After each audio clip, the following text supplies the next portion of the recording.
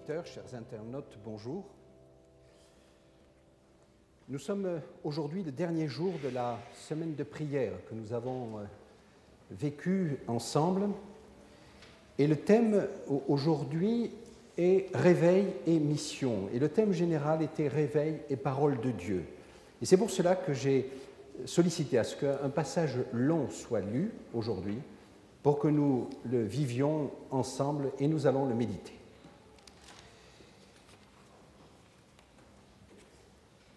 Il existe un enjeu fort aujourd'hui pour l'Église adventiste.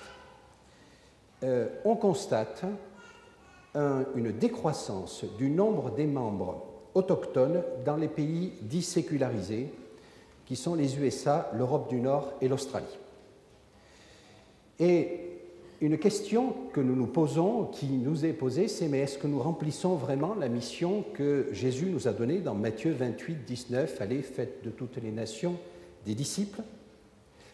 Et je ne voudrais pas m'attarder là-dessus, sinon pour vous dire qu'aujourd'hui se passe une réflexion forte sur finalement comment Jésus s'est pris pour faire de cette évangélisation et remplir cette mission, puisque le thème aujourd'hui est réveil et mission. Le texte qui nous était proposé est celui de la femme samaritaine que nous allons creuser ensemble pour voir quelle était la méthode qu'employait Jésus. Mais en même temps, je voudrais vous donner des bonnes nouvelles, et des nouvelles étonnantes que nous ne maîtrisons pas forcément. Savez-vous, par exemple, qu'aujourd'hui, en France, et en France métropolitaine, 16 000 personnes se sont abonnées aux émissions de radio par Internet. Elles reçoivent chaque jour, pas uniquement le sabbat, chaque jour, un message biblique en provenance de l'Église adventiste. 16 000 personnes. En langue française, il y en a 70 000. Où sont ces gens? C'est une vraie question, une interrogation. Vous comprenez qu'elle est pleine d'enthousiasme dans ce que je vous dis. Dites-vous que depuis que nous avons recommencé à travailler sur les expos santé en Europe, dans ces pays sécularisés, 200 000 personnes sont venues nous voir pour nous poser des questions et vivre avec nous quelque chose sur la santé. Il y a des sujets aujourd'hui importants. Le monde a changé. Je n'aurai pas le temps de vous parler du monde postmoderne qui est arrivé aux alentours des années 1950. Retenez-en quelques éléments. Nos contemporains, aujourd'hui, ont besoin de donner un sens à leur existence. Le relativisme est en train de monter, la notion de vérité absolue n'existe plus. Leur comportement est de dire « ceci est ma vérité, dis-moi la tienne ». Et finalement, qu'est-ce que ça vous apporte à vous, nous disent-ils, d'être aujourd'hui adventiste? Question qui peut vous paraître utilitaire, mais attention, ceci nous est posé, et pas exclusivement en France, dans tous ces pays européens. Et donc, face à ceci, nous avons une double nécessité. C'est, à mon avis, de reprendre le sens de notre existence et de faire comprendre le sens de leur existence à nos contemporains. Nous sommes en plein dans le sujet du réveil. Et je crois vraiment que le réveil est quelque chose qui va nous permettre de mieux comprendre le sens de notre existence, mieux le faire partager. Et ceci au travers clairement de la parole de Dieu. Et donc, ce que je vous propose, parce que nous allons passer un temps particulier dans la prière ou dans la méditation sur la prière, nous allons reprendre cet événement. Ce n'est pas une parabole, c'est un événement, cette rencontre de Jésus avec cette femme samaritaine, dont on ne connaît pas le nom d'ailleurs. Pour bien méditer et comprendre ce que Jésus a fait et au travers de l'action qu'il va mener, nous sommes en train de retrouver, nous allons essayer de retrouver ensemble quels sont les éléments qu'il a utilisés pour amener cette femme à ce réveil et à cette mission. La première des choses, que sont les Samaritains? Vous le savez peut-être, je le résume pour les gens qui ne le savent pas, le peuple juif a été déporté, pas tout le peuple, une partie est restée, la partie la plus pauvre. Et les rois babyloniens, Sargon en particulier, ou les princes assyriens et babyloniens, ont envoyé une population en Israël. Cette population était une population païenne qui s'est mélangée à la population juive, et ces païens sont arrivés avec leur Dieu.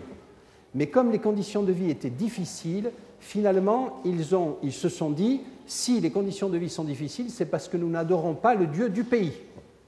Et donc, il y a eu un mélange entre les croyances juives et les croyances païennes. Et ceci s'est conservé. Et ce peuple samaritain a été de temps en temps du côté des Juifs, de temps en temps du côté des opposants aux Juifs, en particulier dans la reconstruction de Jérusalem. Nous sommes donc dans un pays qui est en guerre de religion avec Israël. D'accord ? On se remet dans le contexte des guerres de religion. Des gens qui, pire qu'être des athées ou des païens, ce sont des quasi-juifs, ou si vous préférez, des quasi-chrétiens pour aujourd'hui. Et donc, les Juifs ne passent pas par ce pays, par la Samarie. Ils la contournent habituellement. Il n'y en a qu'un qui décide, pour aller d'un endroit à l'autre, le plus court chemin étant la Samarie, va passer par la Samarie. C'est Jésus. Et donc, voilà le contexte, un contexte d'opposition, opposition théologique. Les uns sont purs, les autres ne le sont pas. Les uns sont parfaits, les autres ne le sont pas. Et ils se détestent souverainement. Que va faire Jésus ? Jésus, les enfants qui ont un cahier, écoutez-moi, arrivent à un endroit public, là où les gens se rencontrent. Et donc, premier élément, Jésus va se mêler à la population. Parce que le puits était l'endroit de la vie. C'est là où on prenait l'eau, c'est là où on venait faire la conversation. Et donc il arrive à ce point-là. Et ce point est particulier parce que c'est le puits dit de Jacob. Si vous avez bien écouté le texte, c'est donc un puits qui a été construit par Jacob. Et donc un lieu de vie, un lieu historique. La particularité, c'est qu'il y arrive à quelle heure ? La 6e heure, ça veut dire midi. Vous êtes déjà allé dans des pays du Moyen-Orient à midi ? Franchement, à midi, il n'y a plus personne dans la rue. Et il n'y a plus personne à un puits. Il fait trop chaud. Et le seul fait qu'une femme arrive pour puiser de l'eau montre qu'il y a problème. Et donc, Jésus le comprend tout de suite. Ses disciples sont allés chercher de la nourriture. Il est tout seul. Et cette femme arrive à midi. Si elle vient à midi, c'est qu'elle ne veut voir personne. Malheureusement, elle a besoin d'eau et il y a quelqu'un au puits. Et que va faire Jésus ? J'ai envie de dire, pour faire simple, il aurait pu immédiatement comprendre la situation, à la fois, j'allais dire, la mépriser, à la fois ne pas lui parler. Et que va-t-il faire, lui, dans un pays samaritain ? Il va s'adresser à une femme, ce qui était impoli à l'époque. Et ce qu'il va faire pour attirer son attention, il va lui demander un service que personne ne peut refuser, surtout dans ces pays, un verre d'eau. Au Moyen-Orient, on ne refuse pas un verre d'eau, c'est une insulte. Et c'est un service qu'il demande. Et cette femme va être obligée de lui répondre et remarquez, Jésus lui dit « Donne-moi à boire ». Ses disciples, en effet, étaient allés à la ville. La Samaritaine lui dit « Comment toi, qui es juif, peux-tu me demander à boire à moi qui suis une Samaritaine ?» Là, j'en suis à la 3e question. Je commence à la 3e question, pour vous les enfants, sur l'ouverture d'esprit de Jésus. Il va oser parler à une femme, d'ailleurs elle-même lui dit « Je suis une Samaritaine. Et tu oses me parler, et tu oses me demander un service ? Comment est-ce que ça se fait ? Tu oublies que tu es juif ? Les Juifs, en effet, ne veulent rien avoir de commun avec les Samaritains. Vous comprenez pourquoi ? Et Jésus va montrer vis-à-vis de cette femme une sympathie. Donc, première étape, souvenez-vous, il se mêle à la population. Si je vous dis ça, c'est parce que quelque part, vous allez comprendre que c'est un message qui m'interpelle, moi, au travers de la mission que nous avons. 1, se mêler à la population. C'est assez facile de se réunir le samedi entre nous, le samedi matin entre nous. Réfléchissons un peu au nombre d'amis que vous avez autres que ceux qui sont dans l'Église? C'est juste une interrogation que je vous pose et que je me suis posée. Il va montrer de la sympathie vis-à-vis de cette femme. Aucune critique, aucune, cette femme qui a l'habitude de se faire insulter, de se faire mépriser, et c'est la raison pour laquelle elle ne veut voir personne et qu'elle vient chercher de l'eau à midi, un homme lui parle, un juif, et lui demande un service. Et on en arrive au point 3. Jésus va répondre aux besoins des gens qui l'entourent. Il va répondre aux besoins de cette femme en lui disant, si tu connaissais le nom de Dieu, de celui qui te dit « donne-moi à boire », c'est toi qui lui aurais demandé et il t'aurait donné de l'eau vive. Et là, on rentre dans un sujet que je voudrais partager avec vous, qui est le sujet de l'allégorie. Jésus va employer des mots concrets pour parler d'une chose spirituelle très élevée. Et cette femme va avoir du mal à le suivre dans cette chose-là, parce qu'elle va rester dans un premier temps au niveau concret. Et tout le rôle de Jésus, par cette allégorie, par ce message vrai et profond qu'il est en train de lui dire, va l'amener à une réflexion spirituelle. Ne confondons pas le terme allégorie avec le terme de mythe. Ce n'est pas un mythe qu'il lui propose, c'est une vérité. Mais pour présenter une vérité spirituelle profonde, malheureusement, nous n'avons que des mots humains. Et ces mots humains, il va lui dire, eh bien voilà, je te donnerai de l'eau vive. Réponse immédiate de cette femme, Seigneur, lui dit la femme, tu n'as rien pour puiser, et le puits est profond, d'où aurais-tu cette eau vive? Attends, tu me dis que tu vas me donner de l'eau vive, il y a de l'eau vive au fond. Moi, j'ai de quoi puiser, mais toi, tu n'as rien. Comment vas-tu faire? On sent bien que Jésus est sur un autre domaine. Et il lui dit, il va lui répondre au verset 12, Jésus lui répondit, et là on est au cœur de la question, quiconque boit de cette eau aura encore soif, celui qui boira de l'eau que moi je lui donnerai, celui-là n'aura jamais soif. C'est une drôle d'eau quand même, non? Si on prend ça au pied de la lettre, ça n'a pas de sens. Et surtout, si vous continuez, l'eau que je lui donnerai deviendra en lui une source d'eau qui jaillira pour la vie éternelle. C'est clairement une allégorie. Il n'y a pas une source d'eau qui va jaillir dans cette femme. On est bien dans un message spirituel vrai et profond. La femme ne veut pas le suivre.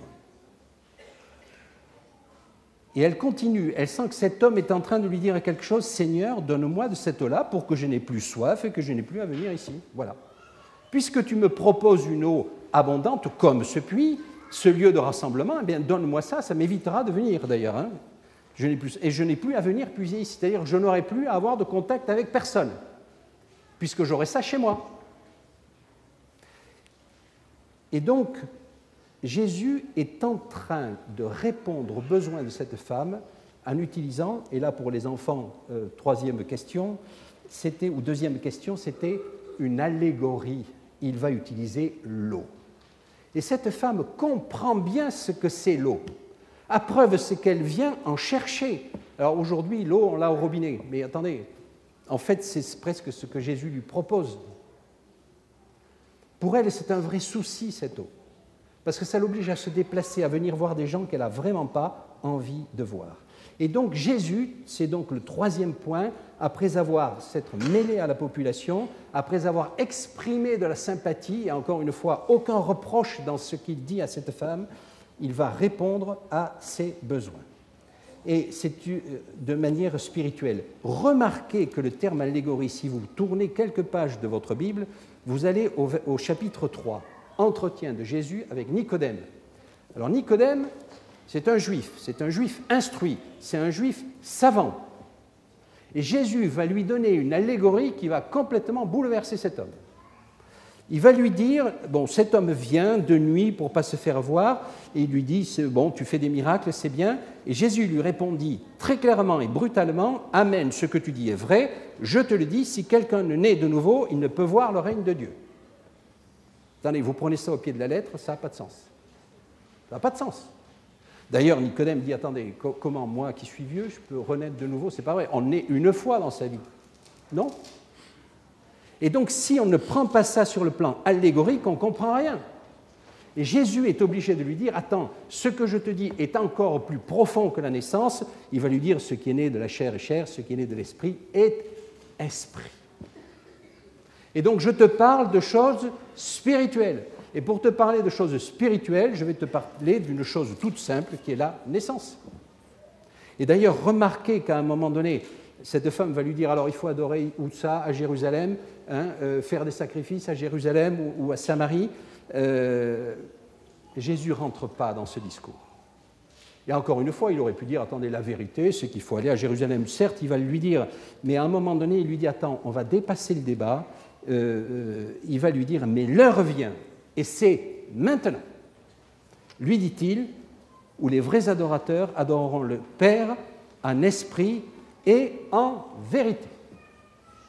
Il est en train de dire à cette femme que la véritable adoration de Dieu n'est pas le fait d'aller offrir des sacrifices ou à Jérusalem ou en Samarie, mais c'est vraiment d'obéir à Dieu en esprit et en vérité. Certes, il lui a posé une question à un moment donné qui a déstabilisé cette femme, en lui disant « va chercher ton mari ». Et c'est là aussi, aucun reproche là-dedans, c'était normal à l'époque. Une femme ne se dépassait pas toute seule. Je vous signale qu'au Moyen-Orient et en Arabie Saoudite, encore aujourd'hui, une femme ne sort pas toute seule dans la rue. Elle doit être accompagnée ou de son mari ou de son frère.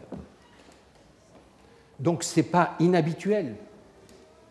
Et c'est là où Jésus aurait pu lui faire un reproche quand il savait, il va lui dire, tu as eu 5 maris et l'homme avec lequel tu vis aujourd'hui n'est pas ton mari. C'est scandaleux, non? Il y a un reproche de sa part. La seule chose qu'il lui dit, c'est « tu as dit vrai ». Tu as reconnu ta situation, tu as dit vrai. Aucun reproche. Et finalement, elle lui dit « mais quand le Messie doit venir, il nous dira tout ». Et Jésus lui répond « quand il viendra, il nous annoncera tout ». Jésus lui dit « c'est moi qui te parle ». Dernière étape de la mission de Jésus, c'est après avoir bâti une relation de confiance avec cette femme en lui parlant et en ayant accepté avec elle un dialogue au niveau où elle était, il va amener cette femme à suivre le Christ. Je vous répète donc les étapes, et celles-ci sont, à mon avis, indispensables, y compris dans le monde d'aujourd'hui, dans un contexte hostile que nous connaissons bien et que nous vivons. Dieu va se mêler, Jésus, oui, se mêle à la population. Il montre de la sympathie pour la population qui est autour de lui, il répond aux besoins des interlocuteurs, il bâtit une relation de confiance avec ses interlocuteurs, et à partir de ce moment-là, il va les amener à lui-même ou à Jésus-Christ. Je crois, frères et sœurs, que c'est ça que nous devons faire, nous, aujourd'hui. Alors, pour cette femme samaritaine, puisqu'on parle de réveil, quel est le réveil pour elle? Je crois, si on veut faire simple, Jésus va donner un sens à la vie de cette femme. Cette femme qui était humiliée, méprisée par ses contemporains et par les Juifs, encore plus, va retrouver un sens à son existence. Elle a rencontré le Messie.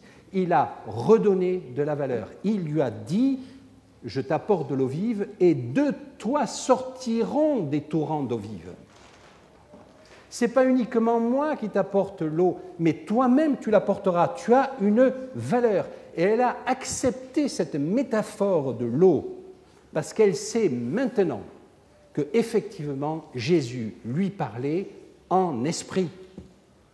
Et que cette notion d'eau vive n'était pas relative à l'eau courante que l'on voit, mais à l'Esprit de Dieu et à ce qu'il peut transformer dans l'homme. Et cette femme a été transformée. La preuve qu'elle est transformée, qu'est-ce qu'elle fait? On n'a pas lu l'histoire, mais vous la connaissez. Les disciples arrivent, s'étonnent de voir Jésus discuter avec une femme, elle part. Et ses disciples lui disent, mais je ne comprends pas, mais il leur dit, moi j'ai à manger une nourriture que vous ne connaissez pas. Encore une fois, une allégorie. Je vais manger une nourriture que vous ne connaissez pas. Les disciples disent, attends, ça veut dire quoi? Il lui a apporté à manger, il a mangé sans nous, qu'est-ce qui s'est passé? Et Jésus est obligé de dire, attendez, quand je vous parle de nourriture, c'est de la nourriture spirituelle. Même les disciples n'ont pas compris cette allégorie dans un premier temps. Et je pense qu'ils ont moins compris que cette femme, parce qu'elle, elle est partie, et qu'est-ce qu'elle a fait? Elle a raconté, c'est assez incroyable,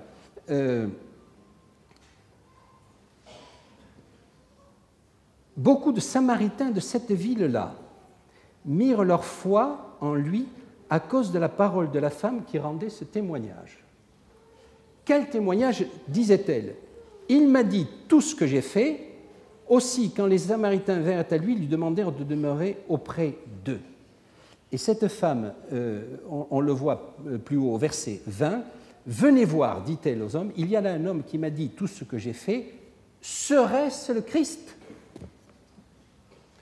Elle a accompli la mission de porter la bonne nouvelle en posant une question. Parfois, on a beaucoup envie d'apporter des affirmations. Elle pose une question. Serait-ce le Christ? Et cela suffit à ce que des tas de personnes viennent et remarquez ce qui se passe. C'est qu'à la fin, ils disent à cette femme, si nous sommes venus, c'est grâce à ton témoignage, mais maintenant, ce qui nous importe le plus, c'est d'écouter Jésus-Christ lui-même. Cette femme ne se met tellement pas en avant qu'on ne connaît même pas son nom. Et elle est l'exemple même d'une grâce pure de Jésus-Christ qui, sans lui faire aucun reproche, sans aucune culpabilisation, l'Esprit de Dieu va amener cette femme à être totalement transformée. Et elle va partir en mission. Et naturellement, elle qui ne voulait voir personne va raconter sa vie. Un changement radical, ça s'appelle une conversion. Et vous remarquez comment ça s'est passé de la part de Jésus? La grâce pure, cette eau vive qu'est Jésus, et cette valorisation, ce sens de cette existence, et cette femme a compris que la prophétie de Jésus, l'eau que je lui donnerai deviendra en lui une source d'eau qui jaillira pour la vie éternelle. Cette source d'eau qui jaillira pour la vie éternelle n'est autre que tous ces gens qui sont venus eux-mêmes à Jésus-Christ. Vous voyez la profondeur de cette allégorie? Vous voyez la profondeur? Je suis toujours étonné de cette grâce que Jésus a apportée. Alors, maintenant, c'est vrai, c'est quoi le réveil pour moi? Pour cette femme, il a été spectaculaire. Il a donné un sens à son existence. J'ai envie de me solliciter. Quel est le sens que je donne à ma propre existence?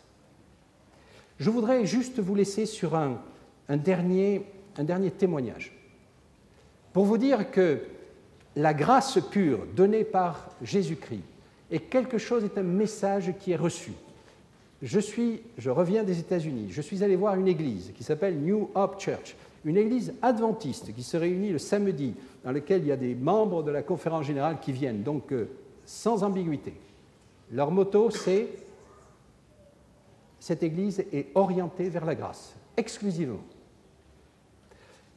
Leur volonté, c'est de se tourner vers les gens qui les entourent. Leur volonté, et ils le font, c'est de se tourner vers les enfants et de s'occuper des enfants. Moyennant quoi, comme résultat, aujourd'hui, la plus forte croissance de l'Église adventiste aux États-Unis, 700 personnes. Moyenne d'âge, 28 ans. Quand j'y suis allé, j'ai fait tomber la moyenne, d'accord? 28 ans, 750 personnes, la moitié de ces gens totalement engagés dans l'Église. Et juste pour vous donner un exemple, à la fois pour vous montrer jusqu'où ils vont, ils en ont discuté, hein, ils ont mis à l'entrée de l'Église des cendriers. Ces cendriers servent pour des gens qui viennent et qui sont des fumeurs. Ils ne fument pas dans l'Église, hein, on est bien d'accord. Mais pourquoi demander à des gens d'être des non-fumeurs avant de rentrer dans une église? Je vous pose la question, ils se la sont posée. Un autre élément qu'ils m'ont raconté, une femme est rentrée, des habits que je qualifierais de déplacés, dans une église. Une sœur, bien intentionnée, va vers un diacre ou un ancien en lui disant « Cette personne, est-ce que vous pourriez aller lui demander de se rhabiller un peu ?» La réponse du diacre dans cette église a été « Chère sœur, vous avez là une personne qui est un bébé dans la foi, qui vient dans cette église pour la première fois, qui ne sait pas, qui vient rencontrer son Dieu pour la première fois. Si je vais lui faire une remarque, au pire, elle part tout de suite, au mieux, elle ne remettra plus les pieds ici. C'est à vous, sœur, que maintenant mon message s'adresse. Nous sommes ici pour accueillir les gens, comme Jésus a accueilli la Samaritaine. Il ne lui a pas fait de reproches sur sa vie dissolue. On ne voit rien. Il l'a accueillie, il a parlé avec elle. Cette femme est un bébé dans la foi. Elle va grandir. Combien de temps avez-vous mis, vous, pour grandir? Pourquoi lui demander de faire ce pas en une journée? Belle leçon. Les diacres qui sont à l'accueil, et encore une fois, chers frères diacres, mettez-vous dans l'esprit de cette église. J'ai un ami, il s'habille comme moi, habituellement quand il vient à l'église, mais de temps en temps, il accepte de faire l'accueil, là-bas. Et pour faire l'accueil, il se met, comme sont certains d'entre vous aujourd'hui, sans cravate et en gilet. Et pourquoi? Parce que si quelqu'un de l'extérieur vient et voit tous les hommes en costume cravate, comme aujourd'hui, ils vont dire « Attendez, ça c'est une cérémonie, c'est pas pour moi. » Ils sont entre eux, je ne sais pas ce qu'ils font, mais c'est pas pour moi. Comment être ouvert face aux gens qui sont dans la rue? Alors, ce n'est pas pour ça que je vous demande d'enlever votre cravate, mais comprenons le but. Il se tourne vers l'extérieur. Qu'est-ce qui va faire que des gens vont venir et vont se sentir bien? Voilà, je vous laisse ça. Si vous êtes intéressés, sachez que vous me sentez furieusement pour tenter une expérience comme celle-ci en France, pourquoi pas. Et si ça vous intéresse, sachez que le pasteur avec qui j'ai... bon, je reconnais, ils ont 3 pasteurs, hein, c'est vrai, mais un des pasteurs est prêt à venir nous expliquer comment et pourquoi ils font ceci. Souvenez-vous, la plus forte croissance de l'Église, 750 personnes, orientées vers la grâce. Moyenne d'âge 28 ans. Le message adventiste, le message chrétien est encore et aujourd'hui, et j'allais dire plus que jamais, une nécessité et apporte quelque chose à nos contemporains. En guise de conclusion, je crois que nous devons nous inspirer de ce qu'a fait Jésus au travers de cette rencontre avec la femme samaritaine, dans cette capacité qu'il a eue d'ouverture, dans la capacité qu'il a eue de présenter cette grâce, et cette grâce absolue, cette grâce très pure, qui finalement a permis à une femme de se transformer, de donner un sens à son existence, et du coup, de partir dans le cadre d'une mission. Cette mission qui nous est proposée n'est pas forcément très au loin. Regardez, Jésus l'a faite dans un territoire hostile. Et il était bien à sa place. Les disciples ont eu du mal à comprendre. Mais qu'importe. Je voudrais qu'un jour, je rêve d'une Église qui soit guidée par la grâce et dont la reconnaissance à l'extérieur soit regardée, combien ils vivent la grâce au quotidien, combien leurs vies ont été transformées par cette grâce. C'est ma prière pour chacun d'entre nous au travers de ce que j'ai pu lire dans cette parole. Et le dernier point, revenons toujours à notre fondement de foi, la parole de Dieu, celle qui peut nous inspirer et nous amener à ce changement profond que nous espérons tous. Bon sabbat à tous.